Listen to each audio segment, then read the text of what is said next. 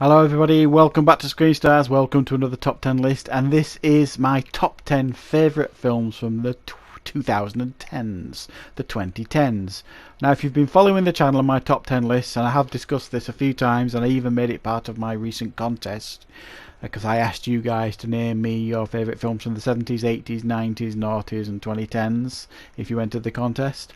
And I've been trying to do the same. I've done it in video format for each decade. I've done top 10 lists now for the 70s, the 80s, the 90s, the noughties, listing my favourite top 10 films from those decades. And at the end of all this, I'm then going to hopefully try and answer the question of what is my favourite film of all time, because it's always been a question I've avoided because I've always found it too difficult to answer. So this is therapeutic for me, guys, to try and figure out what is my favourite films of all time. So I hope you get a kick out of this list, and thank you very much for watching. So as always, there are some honourable mentions, and to be honest, I found this decade actually really quite difficult to do. Well, they've all been difficult, but this one in particular, maybe it's because they're more fresh in the mind. But the three that I have chosen that just didn't quite crack my top 10 is Kick-Ass. I think it's a grossly underrated film. I think it's absolutely fantastic. I absolutely loved it when it came out. Blew me away, and I didn't expect it to. Creed, who would have thought when they announced Creed that it was going to be as good as it was? We all rolled our eyes. We all thought it was going to be absolute tosh. And it absolutely wasn't. It was an absolute revelation how they still managed to keep the format fresh from this Rocky formula.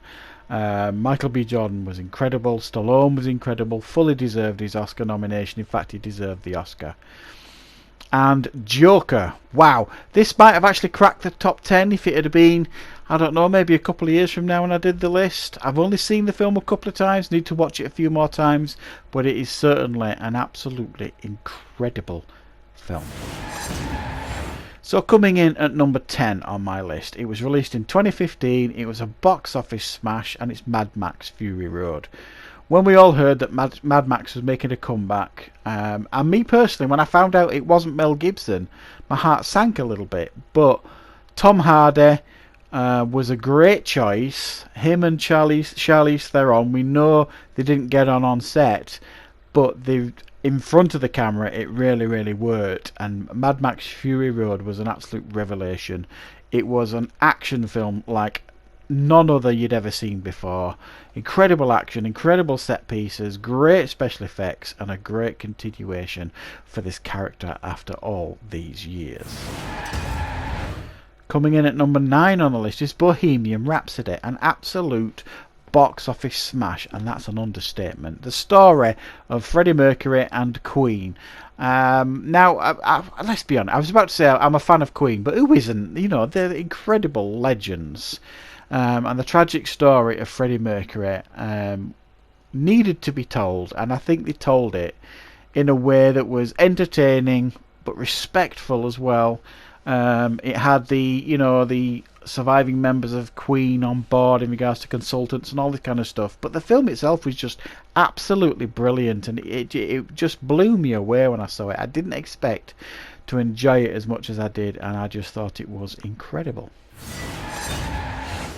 Coming in at number 8, I'm putting Man of Steel. I think this film gets overlooked by many because of the quality of some of the DC movies.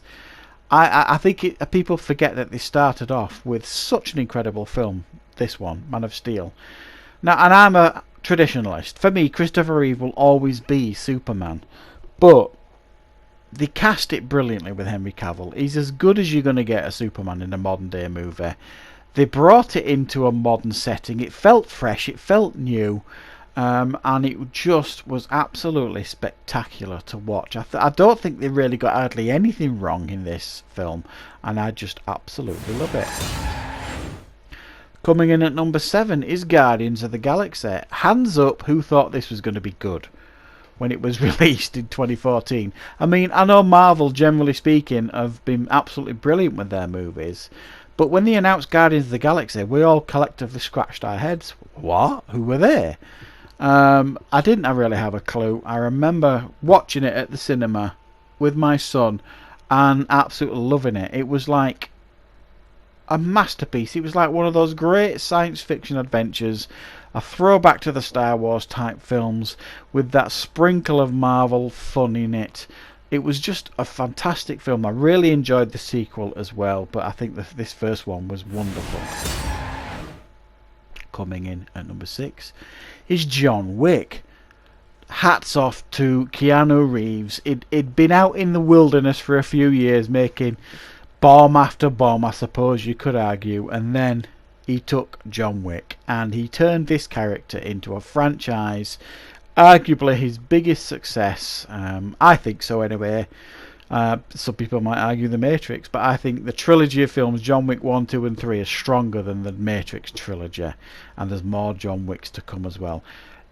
The action was slick as you like. It was filmed brilliantly. The stunts are on another level, and Keanu Reeves, I think, was perfectly cast. It's one of those rare roles where an actor was born to play the part.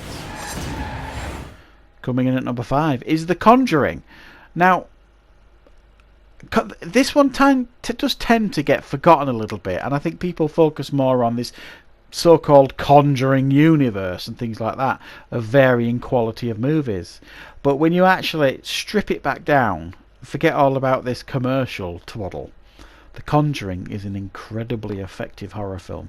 I remember watching it, and it was the first horror film that gave me the willies for many, many years. It really was effective. It was scary. It was brilliantly acted.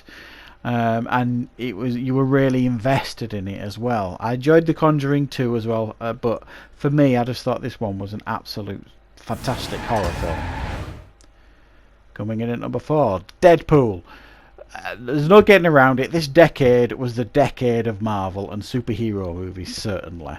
And Deadpool was a long film in the pipeline. We all remember the YouTube footage that was leaked, probably by Ryan Reynolds, that got the film the green light. And let's be honest, it was absolutely fantastic. It was everything everyone wanted from a Deadpool film and more. The second one, not as many people enjoy as the second one. I think the second one is actually really very good as well. But this first one works on every single level. It's hilarious. The action's on another level. It's fantastic, and it's just wonderful to watch. Coming in at number 3 is Avengers Endgame. I think for me this is like the peak of the mountain in regards to superhero movies.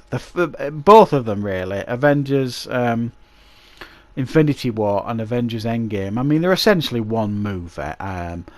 But this one for me had so many feel-good moments in it. So many goosebump moments in it. More than any film I can remember watching for certainly a few years. This one was just wonderful. It was funny, it was emotional, the action was just staggering, the effects were just breathtaking, and for me it is one of the all-time greatest superhero films. Coming in at number 2, Blade Runner 2049. This might be a surprise to some of you, but that's only probably because you've not watched this film, as not enough people did. Now, I'm a huge fan of the first Blade Runner film. I think it's one of the greatest films, stroke science fiction films, ever made. So when they announced the sequel, I was very concerned. But I didn't need to be. I think this is a modern masterpiece. Denis Villeneuve is the reason I'm excited for the new Dune film, because of him and because of this film. This guy knows science fiction, he understands it, and he delivered, I think, that is in the argument and debate for one of the greatest sequels of all time. This film is pitch perfect. Wonderful film. And my number 1 film from the 2010s is The Nice Guys. Now, this film flopped hard at the box office, but it was a critical darling. And I've actually going to be doing like a movies you probably missed review for this film, because I just think it's an absolute crime that this film didn't do better at the box office. It is perfectly cast. Russell Crowe, Ryan Gosling are one of the best on-screen partnerships you will ever see. The film is slick, beautifully written, beautifully shot, very funny, and just a joy to watch. And I've watched this film quite a few times now. So there you go, guys. Those are my top 10 favourite films from the 2010s. I'm guessing there might be some surprises in there for some of you, maybe, but certainly the top two. But I've just recently rewatched The Nice Guys again, and I've probably watched that film a dozen times since it came out in 2016. I think it's just wonderful, a wonderful, wonderful film. I do urge you to watch that film.